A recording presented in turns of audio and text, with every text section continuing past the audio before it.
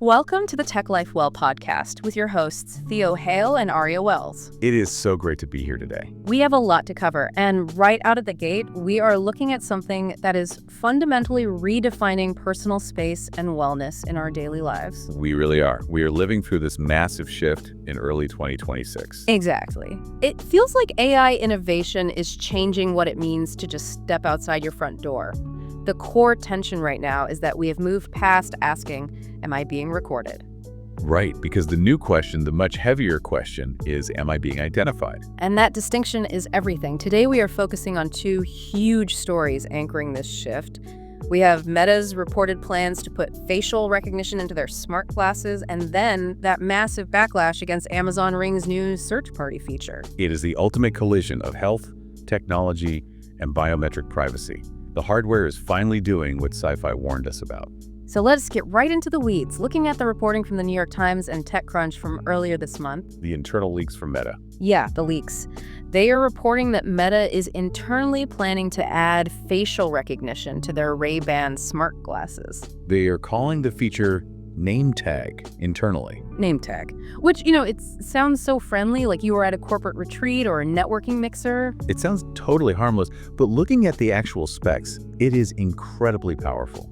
The reporting shows this feature would allow you to just look at someone, and identifying information pops up right in your field of view via Meta's AI assistant. Like social media profiles. Socials, employment history, mutual contacts, just hovering there. It is the superpower everyone thought they wanted until they realized everyone else would have it too. Exactly. But what really struck me in the source material was the timing. Why now? Because Meta actually abandoned this exact kind of facial recognition tech back in 2021 due to ethical concerns. Well, the timing is incredibly cynical. There was a leaked internal memo discussing exactly why they want to push name tag out now in early 2026. And it mentioned the dynamic political environment. Right. Yes. The memo literally suggested launching now because, and this is a quote, many civil society groups that we would expect to attack us would have their resources focused on other concerns. That is just wild to me. Essentially saying, let us release this privacy-shattering tech while the watchdogs are busy putting out other fires. It is a calculated regulatory arbitrage. But to be fair to the tech side, the hardware also finally caught up. Right, let us talk about that. The new glasses are running on the Snapdragon AR2 Gen 2 platform. I see that chip name thrown around all the time, but what does it actually mean for your privacy? It changes the game because it means the glasses handle the processing on the device itself. Instead of the cloud. Exactly. In the past, to run facial recognition, the glasses had to send a video stream up to a server, have it processed, and send the data back. That is slow, and it leaves a huge data trail. But with this new chip, the identification happens locally, in milliseconds. It makes the surveillance feel totally seamless and instantaneous. So while Meta is trying to make our faces searchable on the street, Amazon Ring is trying to do the exact same thing to our neighborhoods. We have to talk about that search party controversy. The Super Bowl ad. Yes. Ring airs this ad, and on the surface, it is a total tearjerker. A lost golden retriever gets found because neighbors band together using a network of Ring cameras. It gives you that warm, fuzzy feeling. Because, who does not want to find the last puppy? Right. But that is exactly why the backlash was so severe. Critics, and honestly just regular people watching the game, saw that ad and realized, wait a minute. If you can track a dog that easily across an entire neighborhood using a mesh of cameras, you can track a person just as easily. Precisely. It made the surveillance mesh emotionally legible. People realized the infrastructure for mass surveillance is already installed on our front porches. And the blowback was so intense that Ring actually canceled a planned partnership with Flock Safety. Flock Safety, which manages automated license plate readers for neighborhoods and police, Ring was going to integrate with them. But they pulled the plug and cited technical requirements. Which is pure PR speak. Analysts made it very clear this was a reaction to public trust collapsing. Which perfectly transitions into a concept I was reading about in the Wearable AI privacy threshold report for this deep dive.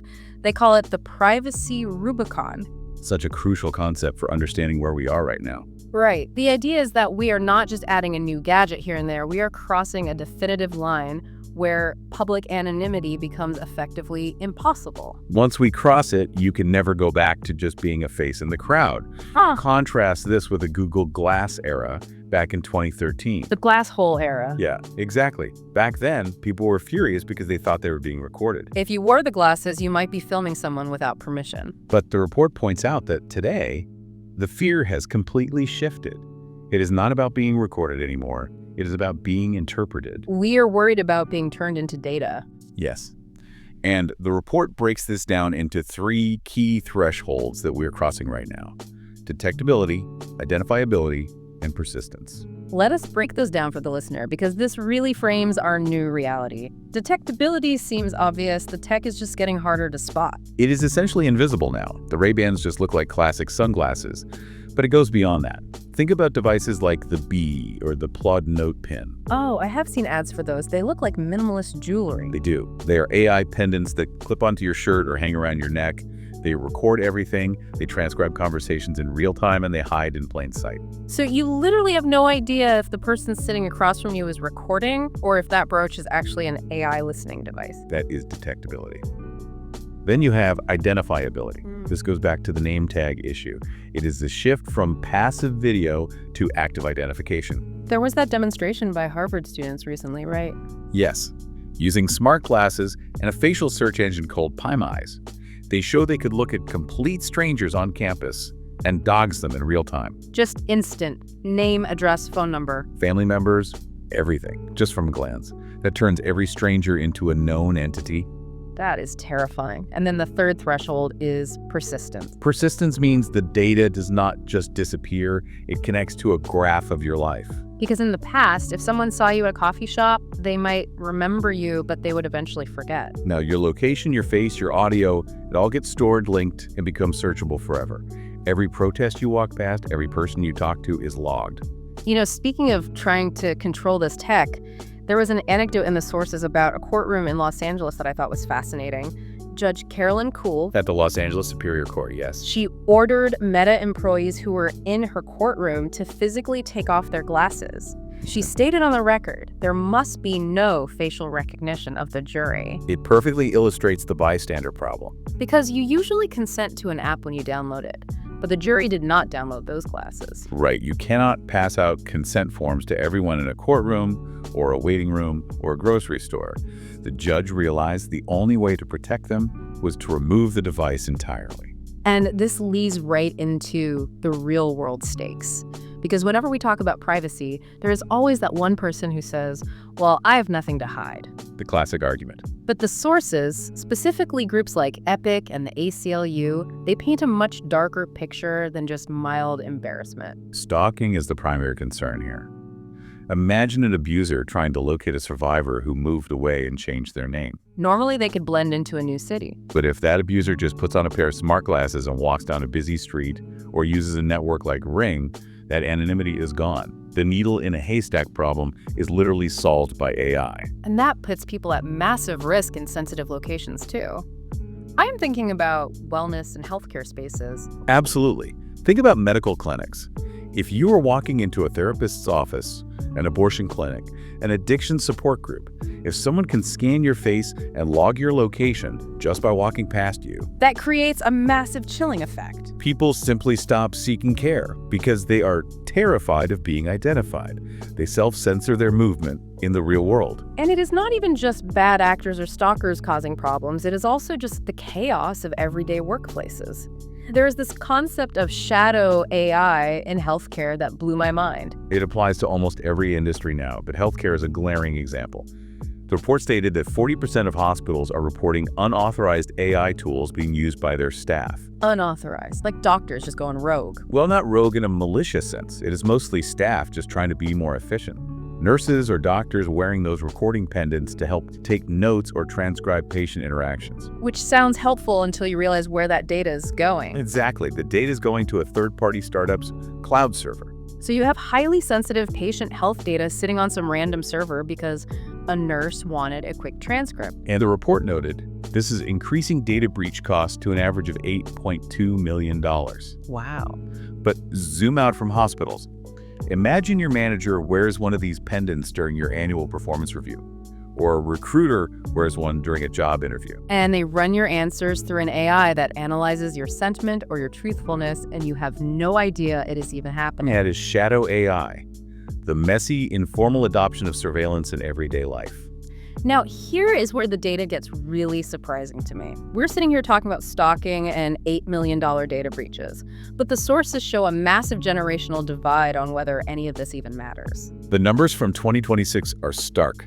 74% of people over 65 view data privacy as very important. They see the crisis, but what about the younger demographic? Only 47% of those aged 18 to 29 agree. And even more wild, nearly 30% of young adults view a preoccupation with privacy as suspicious. Suspicious? Really? Yes. For a digital native generation, being tracked is just the baseline. They trade their data for convenience and personalization automatically. If you resist that, the assumption is, well, what did you do wrong?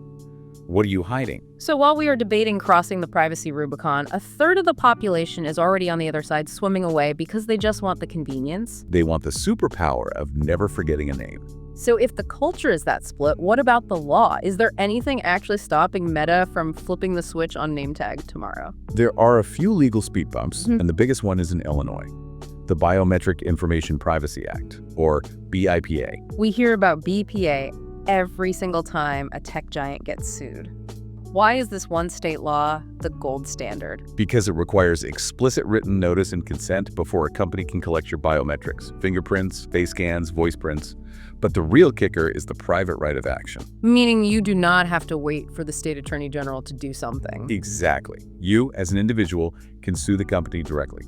And that gets expensive fast. Massive financial risk. Meta already paid $650 million to settle claims in Illinois and another $1.4 billion in Texas under a similar law.